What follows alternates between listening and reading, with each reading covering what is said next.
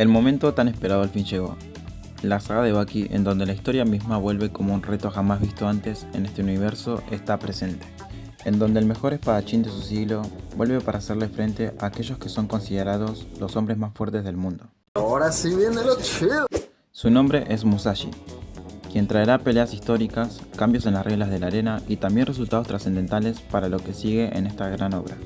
Tomen asiento y busquen algún refresco y comida para acompañar este épico resumen de Baki Dow, la saga de Musashi, que empieza con una recopilación de aquellas vivencias del protagonista en su intro. Desde su victoria en la arena contra su hermano Jack, los combates contra aquellos que estaban invictos, los condenados, y hasta la gran última cena. Así que sin más que añadir, ¡empecemos! Oh my god, esto va a ser épico, papus.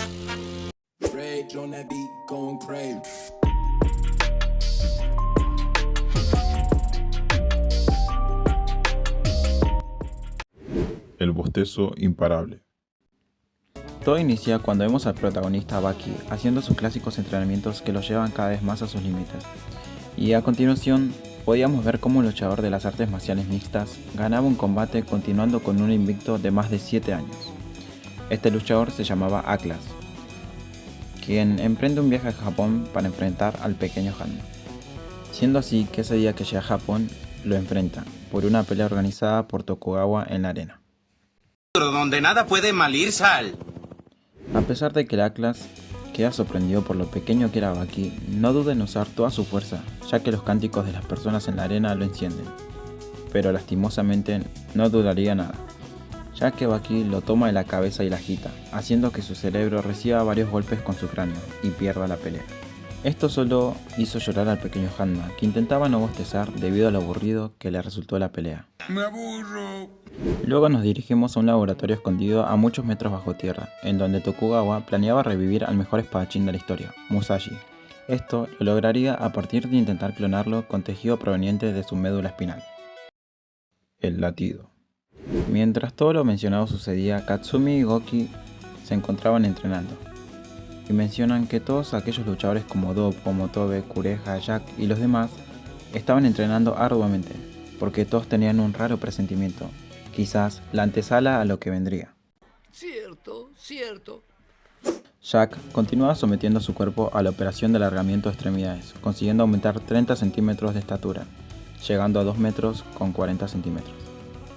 Por cierto, esa es la estatura que tenía el gigante que Baki venció en su primer combate en el torneo que ganó en el pasado, que justamente la final la ganó contra Jack.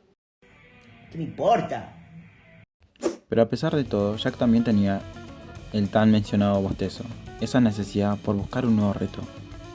Bostezo que también azotaría a Hanayama, el jefe de los Yakuza, que no tiene mejor idea que buscar enfrentar a Yujiro para romper este amargo aburrimiento.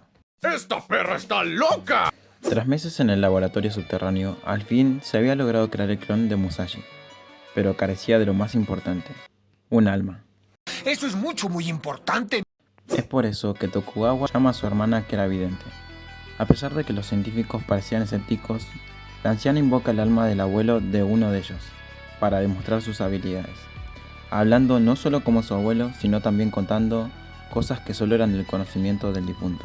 Esto les da seguridad a los científicos y aceptan trabajar con la vidente, quien menciona que en 5 minutos traería el alma del mejor espadachín de la historia. Pero con esto, va a despertar en 5 minutos.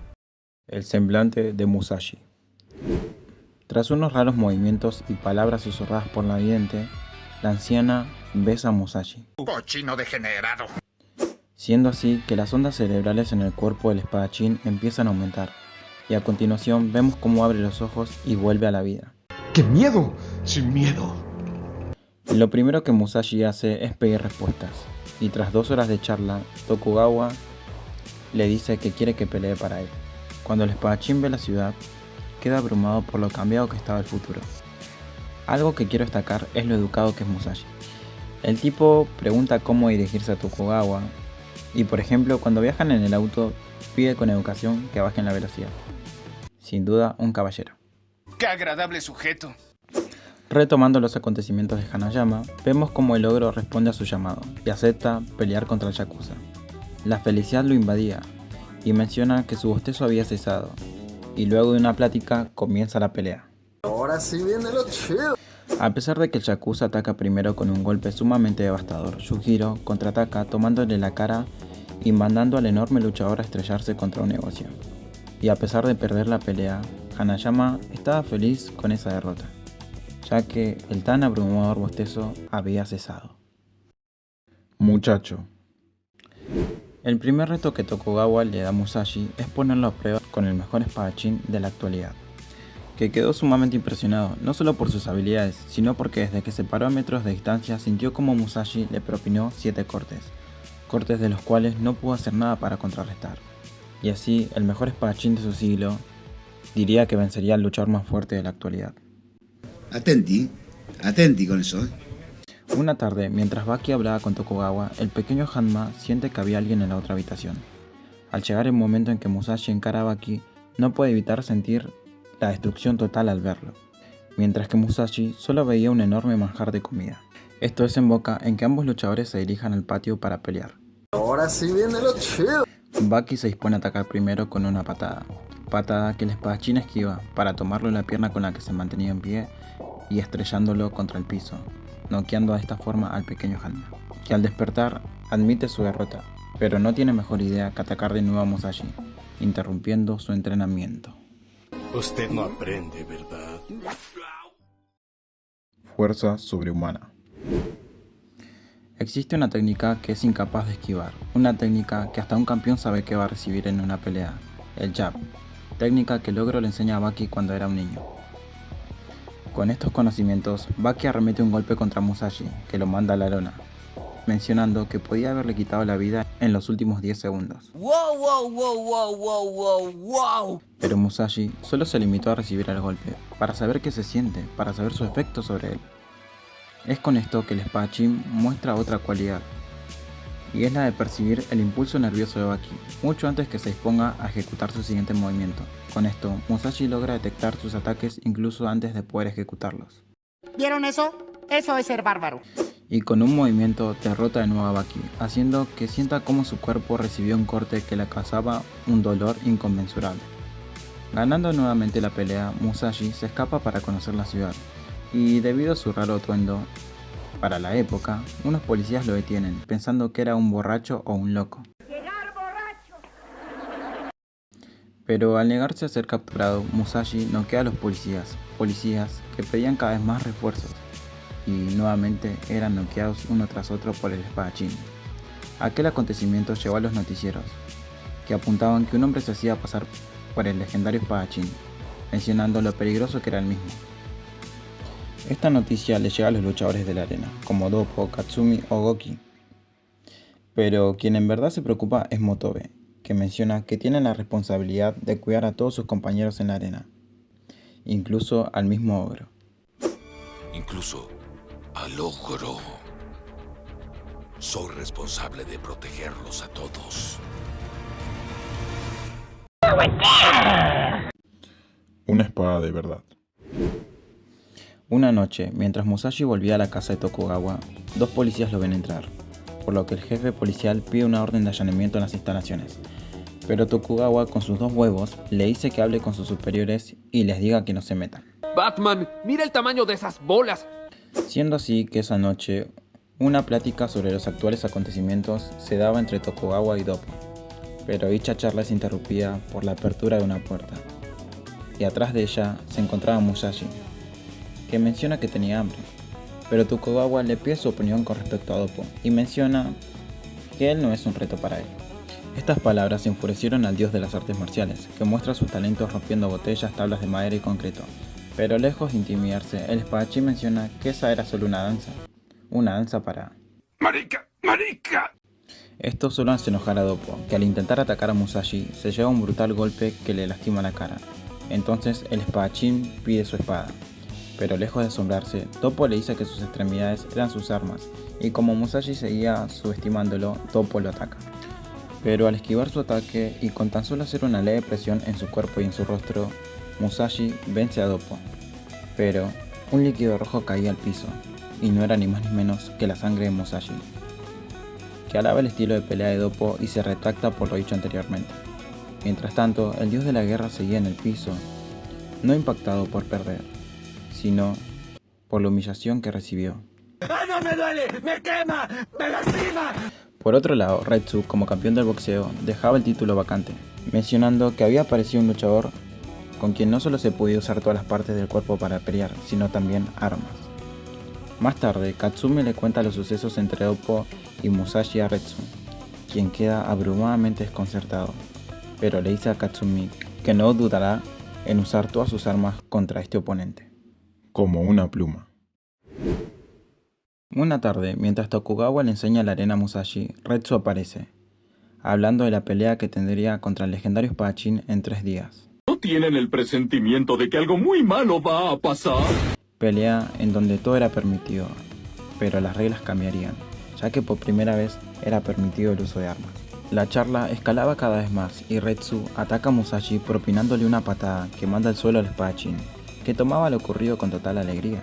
Con la cercanía de la pelea, Retsu se dispone a entrenar con el uso de armas. Su maestro sería el viejito que peleó contra Yujiro anteriormente, que le enseña la técnica Shaolin, una técnica que consistía en saber absorber los ataques con armas. De esta forma, el cuerpo se hace tan ágil como una pluma, aunque esta era una técnica que tomaba muchos años aprender. ¡Uy, qué mal! Pero Retsu aprendió dicha técnica en solo unas horas. ¡Qué bien! Entonces Motobe aparece y advierte a Retsu sobre la habilidad de Musashi con la espada. ¡Qué mal! Pero a Retsu se la suda y le dice que lo va a enfrentar de todas formas. ¡Qué bien! Y cuando Motobe se dispone a pelear con Retsu, el viejo maestro interviene y lo noquea, dejando a Retsu listo para su próximo combate. ¡Qué mal! ¿Ya puedo irme? Derrotado. Todo estaba listo, y unas breves palabras entre Retsu y Baki eran la antesala a la pelea que continuaba. Baki le decía a Retsu que lo admiraba y le daba alientos para su combate. Una vez en la arena y con Musashi y Retsu listos, empieza la pelea. Ahora sí viene lo chido. Retsu, ni corto ni perezoso, desvela la shuriken que tenía en su ropa, que lanza Musashi con ambas manos, demostrando que era ambidiestro. Las cuchillas se dirigían a Musashi a gran velocidad, pero las esquiva, y como si no fuera suficiente, corta a las 2 últimas cuchillas con su espada. ¡El macho!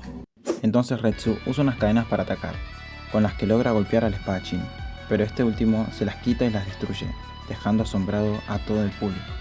Para continuar con su espectáculo, Musashi le da una espada a Retsu. ¡Esta perra está loca! Pero este último se enoja y lo golpea, diciéndole a gritos que no se atreva a acercarse sin tener un arma en sus manos. Pero Musashi se acerca de nuevo a Retsu sin su espada. Usted no aprende, ¿verdad? Esto enfurece al artista marcial, que logra golpearlo con múltiples ataques y lo manda a la lona.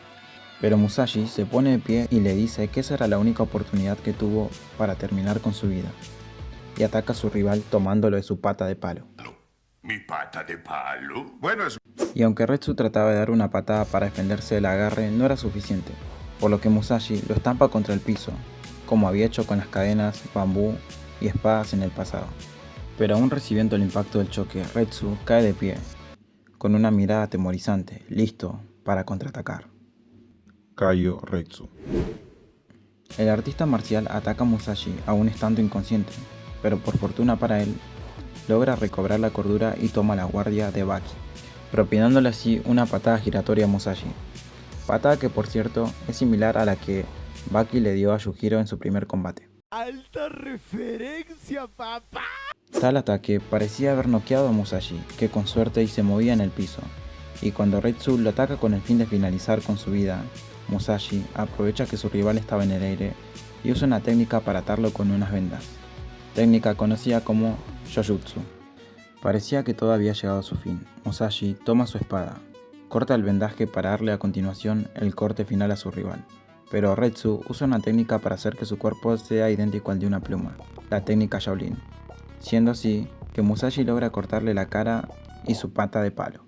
¿Mi pata de palo? Bueno, es... Musashi ataca nuevamente, pero su corte es frenado por el puño de Retsu, quien es elevado a los aires por el espadachín para ser cortado en 2 por la cintura. Un corte que atravesó la piel, los nervios y huesos de la columna vertebral. Era la respuesta que Retsu buscaba ante la incertidumbre de cómo las artes marciales vencerían a las armas. El silencio invadía el estadio, hasta la caída de un alfiler podía escucharse. Por primera vez en la arena, el vencedor recibió un abrumador silencio para enaltecer su victoria. Más tarde, el cuerpo de Retsu era observado por sus amigos y la melancolía invadía a Tokugawa, quien se cuestionaba si llevar a cabo tal combate había sido lo correcto. Esas preguntas no me dejan dormir en la noche. A pesar de que las lágrimas y la tristeza invadían el ambiente, todos sabían que esa era la forma en la que el gran guerrero Kaio Retsu hubiera querido perder la vida. Sekigahara. Una tarde, mientras Tokugawa y Musashi hablaban sobre los últimos acontecimientos, Musashi menciona que pelear con Kaio Retsu fue similar a su batalla en Sekigahara, batalla donde no podía bajar la guardia ni por un breve momento,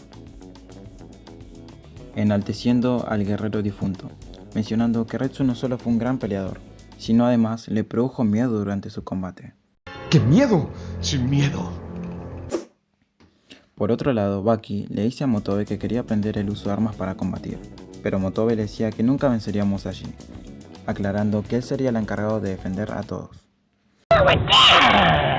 Estas palabras solo lastimaban el orgullo de Baki, que se dispone a atacar a Motobe, pero con unas bombas de humo nubla su vista, y por su espalda denota que le podría haber quitado la vida con un cuchillo, quedando Baki con muchas dudas. Volviendo con Musashi, la policía lo intenta arrestar por haberle quitado la vida a Retsu, pero antes de eso lo llevan a pelear contra un supercampeón de Kendo, que fue vencido con suma facilidad por el legendario espadachín. ¿Hay algo que este joven no haga bien? Amistad. Luego de que Musashi venciera al luchador de Kendo, hace su aparición Shibukawa, quien estrecha la mano, para posteriormente usar su técnica y derrumbarlo en el piso, para finalizar con un golpe en la cara de Musashi. Shibukawa menciona que hizo eso para descargar el dolor que sentía por la caída de Retsu.